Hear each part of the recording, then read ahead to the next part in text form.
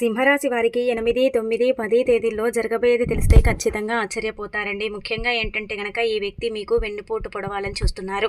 అయితే ఈ వ్యక్తుల కారణంగా ఏంటంటే మీరు భారీగా మోసపోబోతున్నారు. ఈ 3 రోజులు కూడా మీరు ఏంటంటే ఈ వ్యక్తులతో జాగ్రత్తగా ఉండకపోతే చాలా ఇబ్బంది పడతారండి. అదొకటి గుర్తుపెట్టుకోండి. ఇంకా అలానే కాకుండా ముఖ్యంగా చెప్పాలంటే గనక సింహరాశి వారికి ఈ 3 రోజులు కూడా ఎలా ఉండబోతుంది, ఏం జరగబోతుంది, అసలు ఆ వ్యక్తులు ఎందుకు మీకు వెన్నుపోటు పొడవాలని చూస్తున్నారు, అలానే కాకుండా మీరు ఎందుకు అనుకున్న పనులు జరగట్లేదు, ఇదంతా కూడా ఇప్పుడు మనం ఈ వీడియోలో తెలుసుకుందామండి. అందుకే వీడియోని చివరి వరకు చూడండి. అలానే కాకుండా నచ్చితే లైక్ చేయండి, కొత్తగా చూస్తున్నట్టయితే సబ్స్క్రైబ్ చేసుకోండి. ఇక సింహరాశి వారి గురించి మనందరికీ తెలిసిందే కదా, చాలా మంచి మనస్తత్వాన్ని కలిగి ఉంటారండి. అంటే వీళ్ళు ఏంటంటే కనుక చెప్పాలంటే చాలా మంచి వ్యక్తులండి.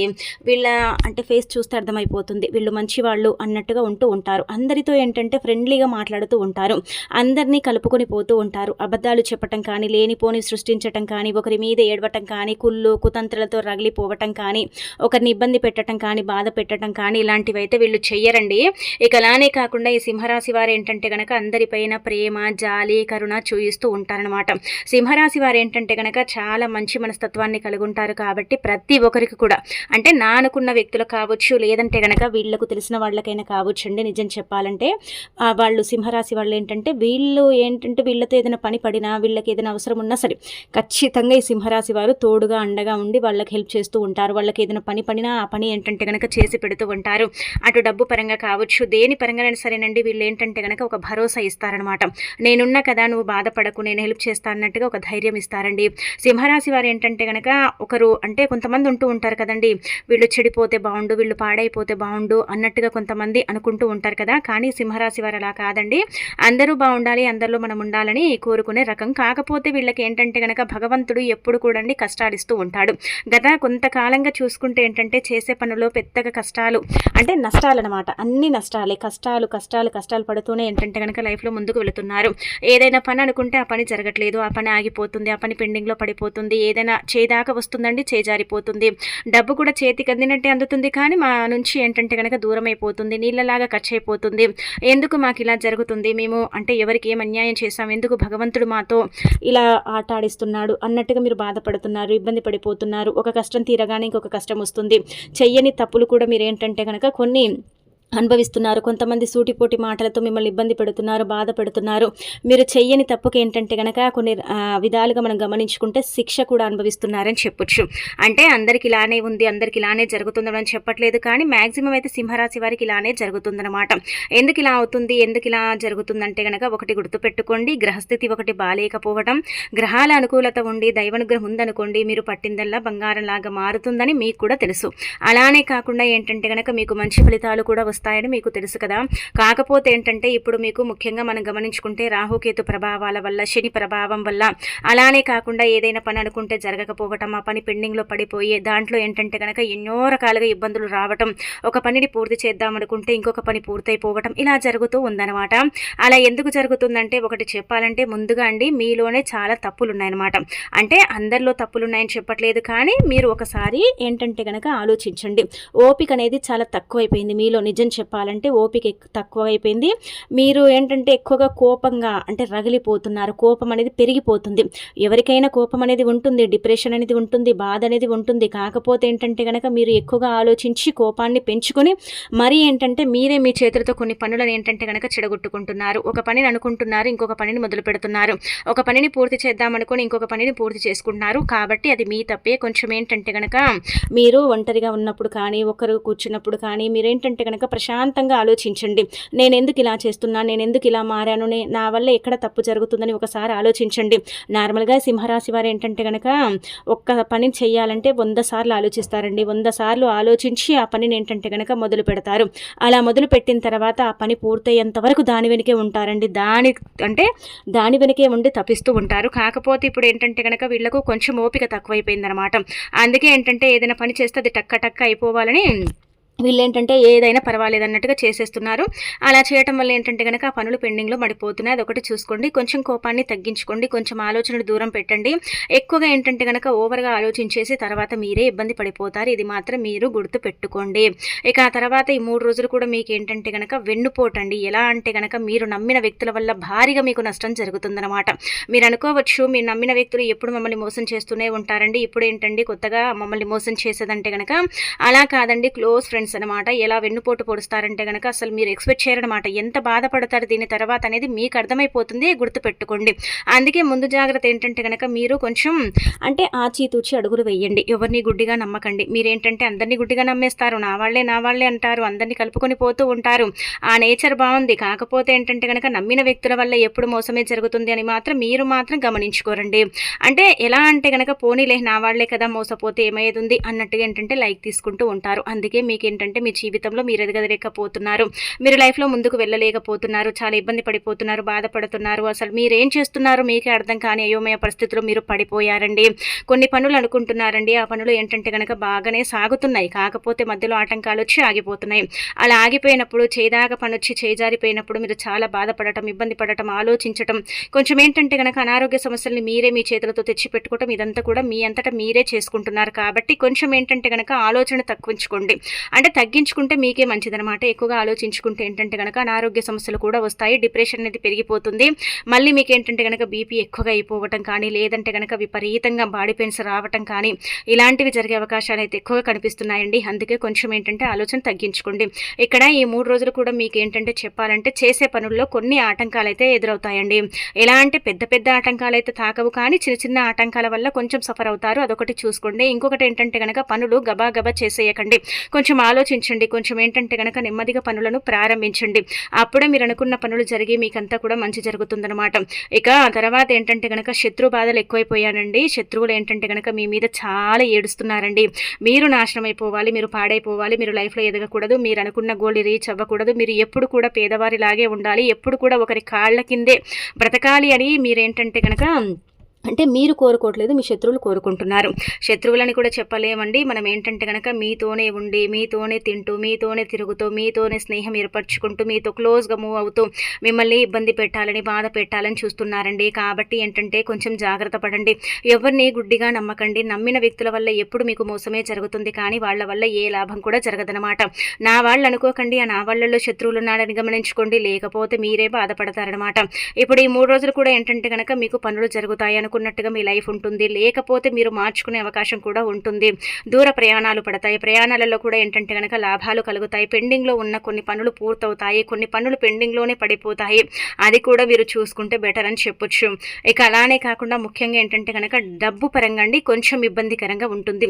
డబ్బు వస్తుంది, సమయానికి చేతికి అందుతుంది. అందట్లేదని మనం చెప్పట్లేదు. కాకపోతే ఏంటంటే గనక ఒక రకంగా మనం చూసుకుంటే డబ్బు వచ్చినప్పుడు కూడా అది నీళ్ళలాగా ఖర్చయిపోతుందనమాట. చేతిలో చిల్లిగవ్వ లేని పరిస్థితి కూడా ఉంటుంది. అది కూడా మీరు చూసుకోండి.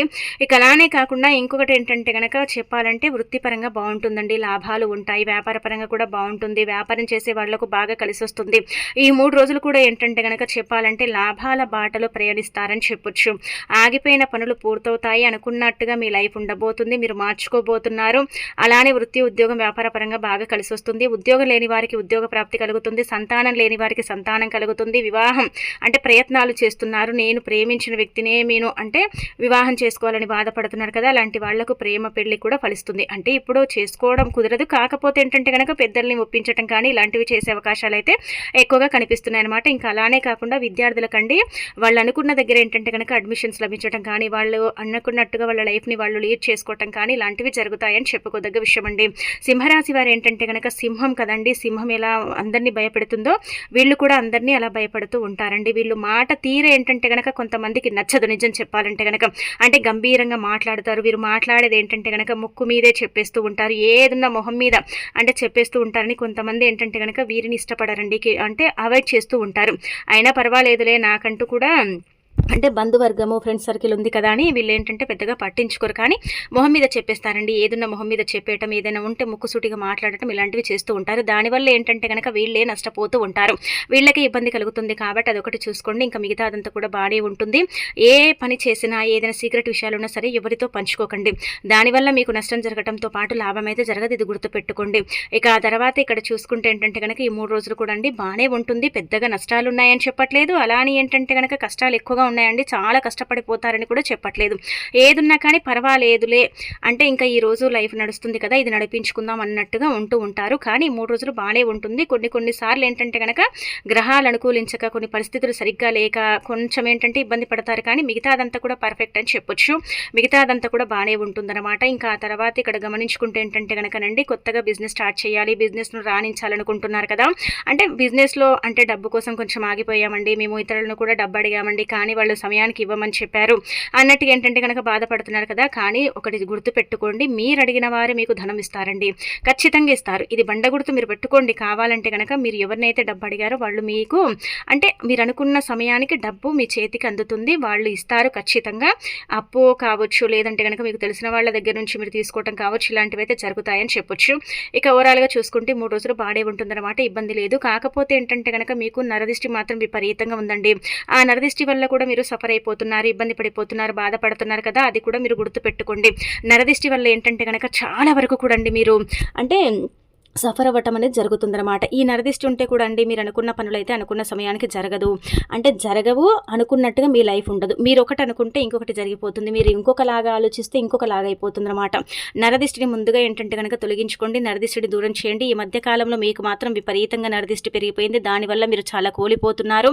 ఇది మీకు కూడా తెలుసు. అలానే కాకుండా ఏంటంటే కనుక మీకు కూడా అర్థమైపోతుంది, నా మీద మంది ఏడుపు కావచ్చు, అంటే కుళ్ళు కుతంత్రాలు ఎక్కువగా రగిలిపోతున్నారండి, పెరిగిపోయాయండి, నాకే అర్థం కావట్లేదు, ఎందుకు నాకు ఇలా జరుగుతుంది అనుకుంటున్నారు. అందుకే మీరు ఏంటంటే కనుక మనం చివరిలో పరిహారం చెప్పుకుందామండి, అది ఖచ్చితంగా చేసుకోండి, నా దిష్టి పోతుంది, వాళ్ళ దిష్టి తిరిగి వాళ్ళకే తాకుతుంది అనమాట. అంత శక్తివంతమైన పరిహారం, చాలా చక్కగా పనిచేసే పరిహారం అండి. అయితే ఒకటి గుర్తు పెట్టుకోండి, మనం చెప్పాం కదా ముందే, ఈ వ్యక్తుల వల్ల మీకు ఏంటంటే కనుక వెన్నుపోటు, ఖచ్చితంగా ఈ వ్యక్తులు మీ వెంట ఉండి మీకు వెన్నుపోటు పొడుస్తారు, ఇది గుర్తు పెట్టుకోండి. అయితే ఇక్కడ ఏంటంటే కనుక మీకు ఎలా వెన్నుపోటు పొడుస్తారంటే కనుక అండి, వ్యాపార పరంగా కావచ్చు, మీ బిజినెస్ పరంగా కావచ్చు, దేని పరంగానైనా కావచ్చు, అది డబ్బు విషయంలో కూడా కావచ్చు అండి. ఏం చేస్తారంటే కనుక నమ్మిచ్చి మోసం చేస్తారండి. అంటే డబ్బు పరంగా ఇప్పుడు మనం గమనించుకుంటే ఎలా అంటే కనుక ఖచ్చితంగా ఇస్తా, రేపు ఇస్తా, ఎల్లుండి ఇస్తా అన్నట్టుగా ఏంటంటే కనుక మాట ఇస్తారండి. అంటే నా సొంత వాళ్లే కదా, నేను నమ్మొచ్చులే, నా క్లోజ్ ఫ్రెండే కదా అని మీరేంటంటే కనుక నమ్ముతారు. ఆ తర్వాత ఆ వ్యక్తి ఏంటంటే కనుక మిమ్మల్ని మోసం చేసే అవకాశం అయితే ఉంటుంది.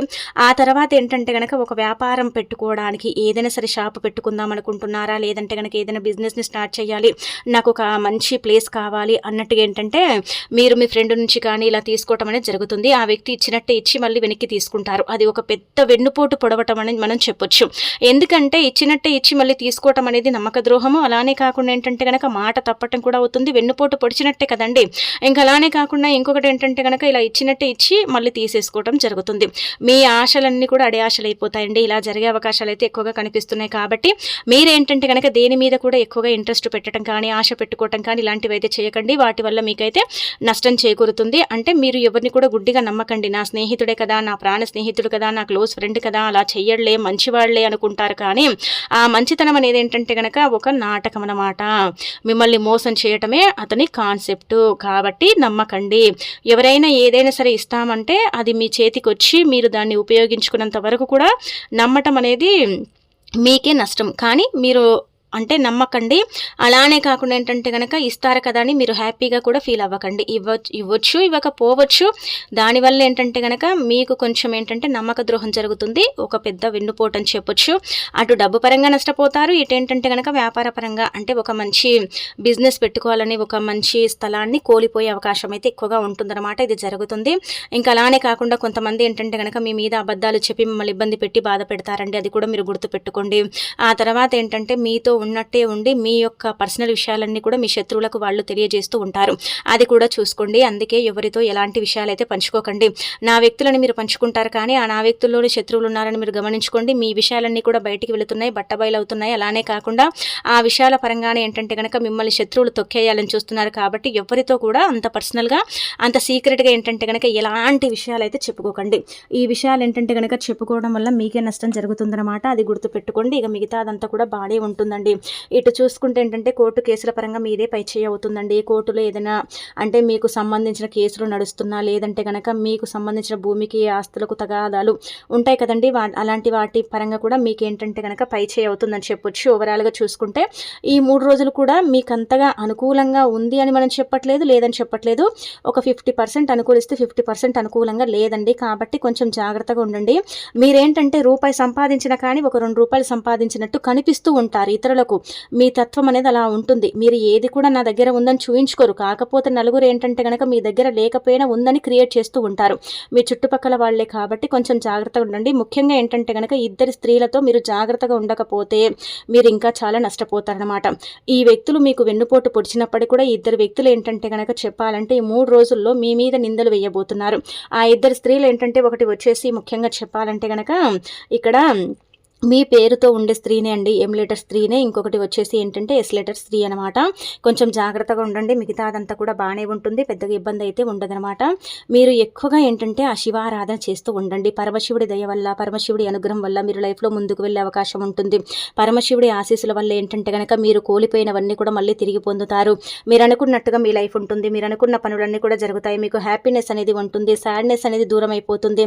అలానే కాకుండా ఏంటంటే కనుక గ్రహాలు అనుకూలించటం లేదు, గ్రహస్థితి సరిగ్గా లేదని బాధపడుతున్నారు కదా, అలాంటి వాళ్ళు ఏంటంటే కనుక సోమవారం ఉంది కదండి మనకు, అంటే 8వ తేదీ. ఆ రోజున ఉదయాన్నే లేవండి. ఉదయం కుదరకపోతే సాయంత్రమైనా సరే చక్కగా శుచిగా స్నాన కార్యక్రమాలు చేసుకొని శివపార్వతుల పటాన్ని క్లీన్ చేసుకొని మీ దగ్గర ఉండే పుష్పాలతో అలంకరణ చేసి ఆ తర్వాత ఏంటంటే కనుక దీపారాధన చేసుకోండి. దీపారాధన చేయటం వల్ల ఏంటంటే కనుక మంచి జరుగుతుంది. మీరు అనుకున్నట్టుగా మీ లైఫ్ ఉంటుంది. మీరు కోరుకున్నదంతా కూడా జరుగుతుంది.